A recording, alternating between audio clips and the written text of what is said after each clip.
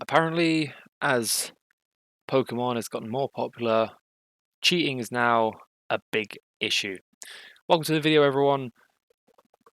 Talking a little bit about something that came up on the old Twitter. Everyone, you know it, you love it, and here we are on the profile of Jesper Eriksson, apparently a pro Pokemon TCG player for Limitless.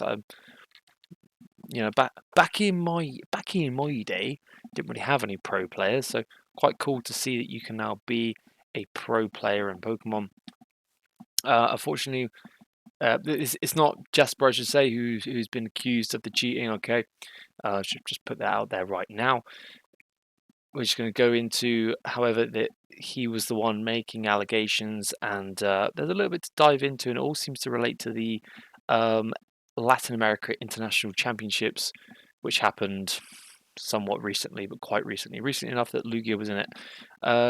Yeah, before you go any further, if you could just give this video a like, subscribe to the channel. Of course, I'm looking to do more Pokemon TCG news going forward.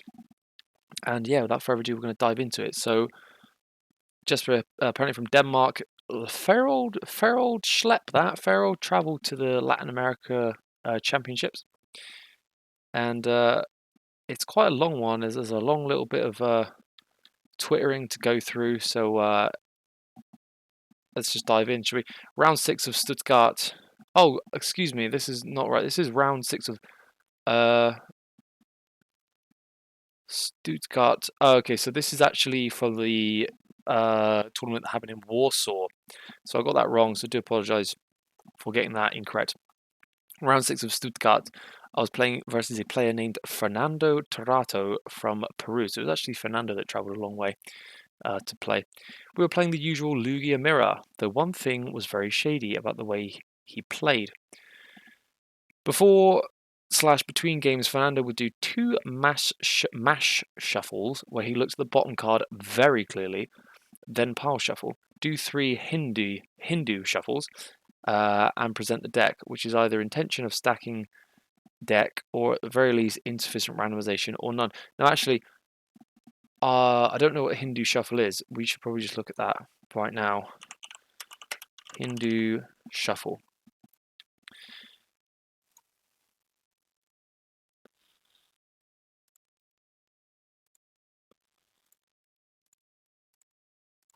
So, can you just show me?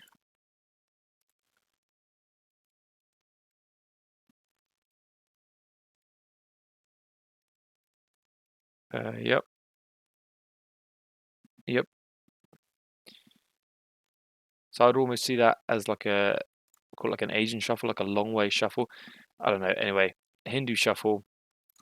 Potential staffing, at least insufficient randomization or none. Of course, I shuffled his deck all the way through the series until I had enough.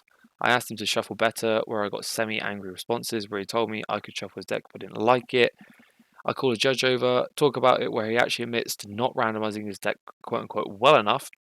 And his counter-argument is that I could just shuffle his deck, where it is not my job at all. I just have to cut the deck, even though 99% of players are clearly able to shuffle. Judge told him as well that if he didn't, he did wasn't randomizing and he had to shuffle better for the rest of the match. Every time he shuffled, every single turn, he asked me with an attitude whether is it okay now. Basically trying to get under my skin and make me do mistakes. I'm better than that. He was clearly able to mash shuffle after the judge told him to. He also told me after the judge call, why did you have to do that? This is just a game. Where I should have responded, why would you cheat if it's just a game? Since this is round 6, I'm sure he did the same with his shuffling again against all his other opponents. Usually I would give the benefit of the doubt if someone would do better when I asked them, but from the way he did between games, as well as only doing Hindu shuffling, that isn't randomizing before done. 100. Yeah, okay. Clearly the worst part of my otherwise enjoyable experience. Now, interesting allegations here about not shuffling effectively enough, not doing a good enough shuffle. Obviously, you need to be able to shuffle / randomize your deck effectively and efficiently. We have seen it before. I can't remember which tournament it was, but there was a guy, you could very clearly see him. Playing on stream. He searched out the Dunsparce, put it to the top of the deck face up, turn the deck over, shuffled in a way that would put the Dunsparce roughly in the middle / top of the face down deck. Sorry, I should say roughly in the middle. Slap the deck down, opponent cuts it. They then, I think, Industrious Incisors, I think, something like that, drew up, and there, sure enough, was the Dunsparce. Slap it down, happy days, jobs are good. And I mean, people do that. It's crazy. But in this case, Fernando actually replied. We're going to use the Twitter translate. Apart from being a bad loser, you are a liar. Things didn't happen that way. The judge shuffled both decks at your request. There was never any intention to stack. You lost the coin at the start and you lost the mirror. So Lugia, of course, notoriously, you lose the coin flip, you're quite likely to lose the game. True, I lost the mirror, but not sore loser. Yep. So what's the reply once again from Fernando? That's not true. You called the judge because it was your only win condition. I smash, then Hindu, and give you the deck for you to shuffle. In your tweet, you say that I only do Hindu, lying to make people believe that you lost because he cheated on you as a bad loser. It wasn't a win con. Insufficient shuffling is warning first time, so that's untrue. Yeah, this is where it gets interesting. So, I mean, we get the idea, but he prolaps you. What? Anyways, so Fernando, of course, is defending himself, saying, no, I did shuffle effectively. What you're saying is not true, etc., etc. And this the interesting part of this really is that the Latin American community, I assume, this doesn't have a translation available, sort of backed Fernando in this one. Yu-Gi-Oh! Players, coins, Pokemon do that. Yeah, I don't really understand the relevance of this. So, I mean, from here, yeah, so we can see here, we don't really need to translate a European American. I don't know what Robando means, but shh. And then Latin Americans, angry, swear, bizarro, it's bizarre. Defense from Jesper here. This is not because he's Latin American. His nationality has nothing to do with this. I generally nice opponents at LAIC. So this person was at LAIC. I think that's where I made the mistake here.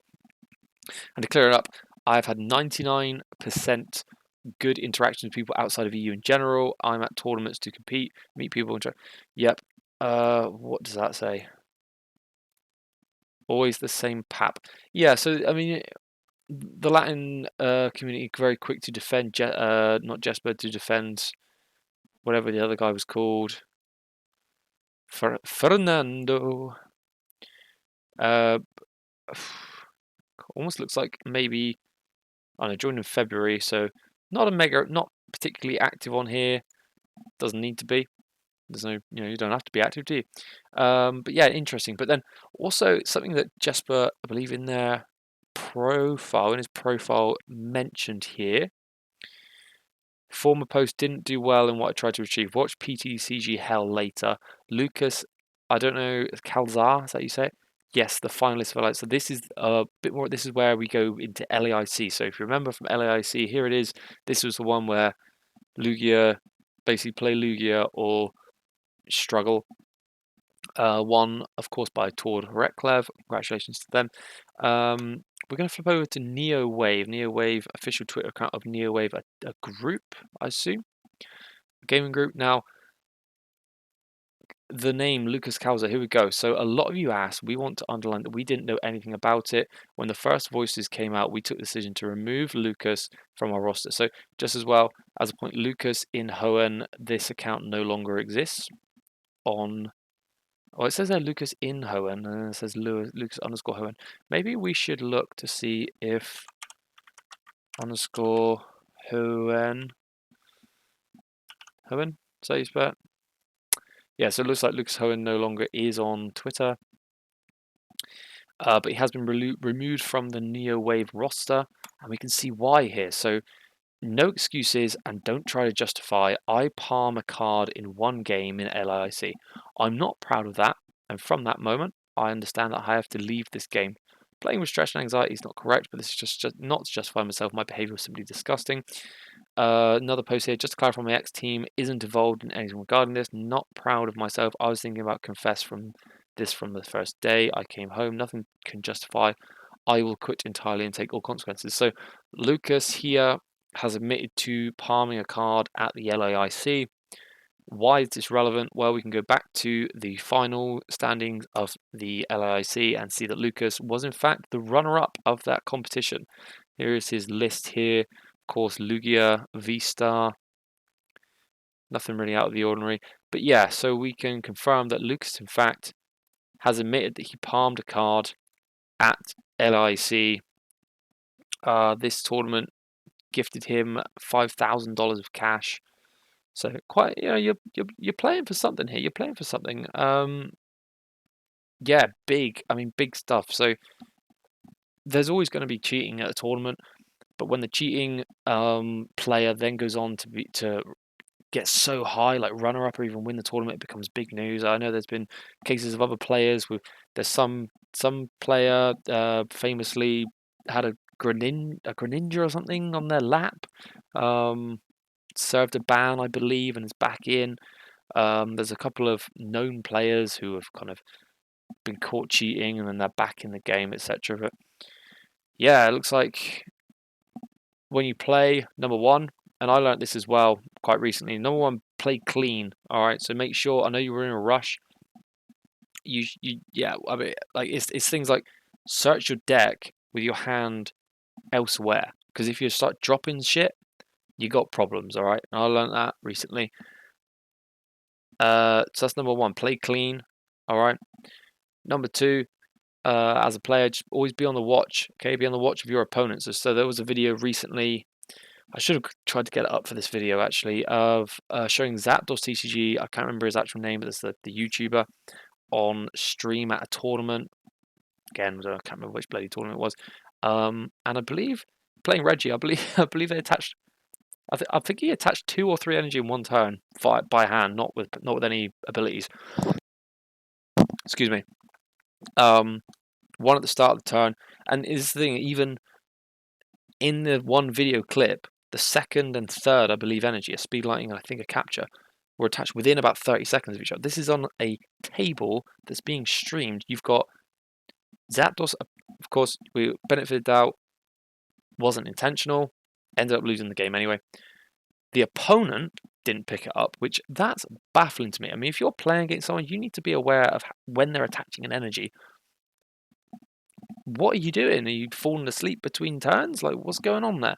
And 3, you got like 1 or 2 judges watching the game and you all missed it. That's crazy. Okay, so you as an opponent also need to be on point, because we do all make mistakes. We're all human. Just be ready and be aware of it. Yeah, I mean, in that case, the judges as well. Deary me, what is going on? But hey, it happens all the time. Trying to play 2 supporters in one turn, it happens. Yeah, just be on the lookout, everyone. If you go into a tournament soon, just be on the lookout, be prepared, don't switch off. That's probably going to about do it for this video. Do leave a comment and like and subscribe, and I'll see you again for more Pokemon news again another time, everyone.